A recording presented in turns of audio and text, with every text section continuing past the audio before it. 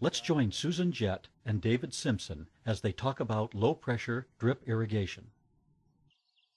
Well, we've got some interesting parts here. Why don't you tell me a little bit about them? Right, what we're looking at here is what we call a drip irrigation system.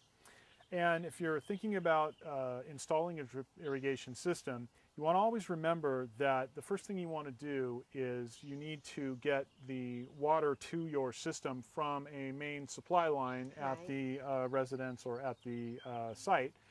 You always want to consult a licensed professional and make sure you follow all local codes prior to tapping into that line. Yeah, okay? very important. Absolutely. And what we have here is the supply line will come to what's called an anti-siphon valve here. The anti-siphon valve serves several functions. One is it gets a signal from the controller, and that signal will tell the valve to open and allow water to flow through, or to close and stop the water flowing through. The anti-siphon valve is also important because what it does is it prevents water from backflowing into a possible potable water system. So one of the things with drip irrigation that's important, there are two main things. With drip irrigation, you have to have pressure regulation and you have to have filtration, and I'll explain why that is. What we're looking at here is two things. One is the water flows through the valve, and this is the outflow. And we have right here dual purpose. This is a filter, and also it's a flush system, and I'll explain how that works. If I open this up, you can see that the filter is built right in. Right. And because a lot of the openings in our drip irrigation are fairly small, we want to try to prevent any kind of contaminants or any kind of debris from getting down the line and possibly clogging our system. So that's what the filter does. As the filter gets dirty, you simply remove it, rinse it out, and replace it. Yeah, and this is the first time I've seen something like this. Yeah, this is an interesting component. This is actually called a burp filter, and what it does, or a burp flush system. What happens is as this system opens and closes, there's a certain amount of vacuum pressure built up in the line.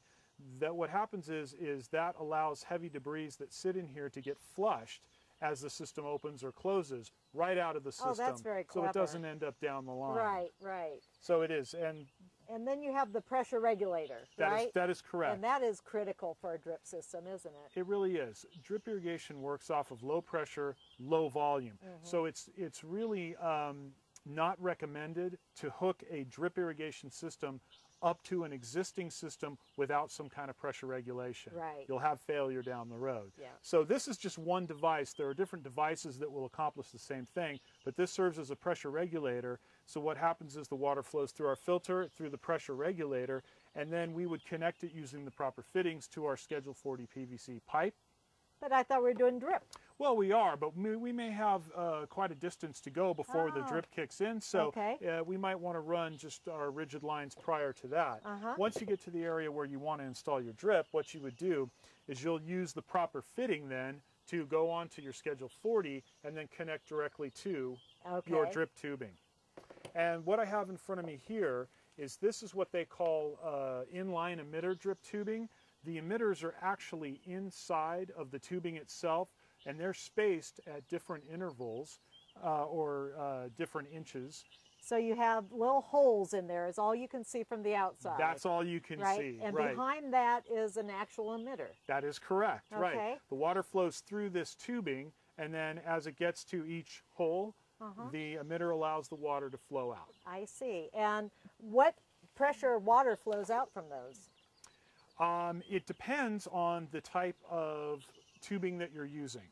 Tubing is, if you go to your local irrigation supply house, they will help you, depending on the type of area you're trying to irrigate, figure out what type of emitter you might need to use and what type of volume, in other words, gallons per hour, needs to come out of that tubing to keep the plants healthy. Right. So we're talking gallons per hour instead of gallons per minute. That's a whole different thing. Big different thing. With pop-up sprinklers or overhead irrigation, we always talk about gallons per minute. With drip irrigation, it's always gallons per hour. And the idea is that we're only watering those areas that we need with just the amount of water that they need. And now if I have areas that are spaced out 2 feet apart or some areas that are spaced really close, how do I get something that works for me? Well, you determine the plant material that you have there, and then you can consult irrigation contractor or work with your local supply store for irrigation, and they can tell you what types of emitters are spacing is available, and then you would purchase the proper material to make sure your plants were irrigated adequately. Okay, so there's more than one spacing. There are. Yeah. There are different intervals of spacing, anywhere from a few inches up to several feet. Okay.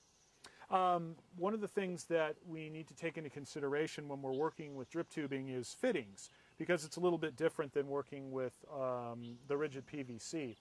One of the standards in the industry are what they call compression fittings. These are great for homeowners installing their own system because they work with different manufacturers' tubings, and all you simply do is you would take the end and slide the tube into it, push very hard, and it clicks in.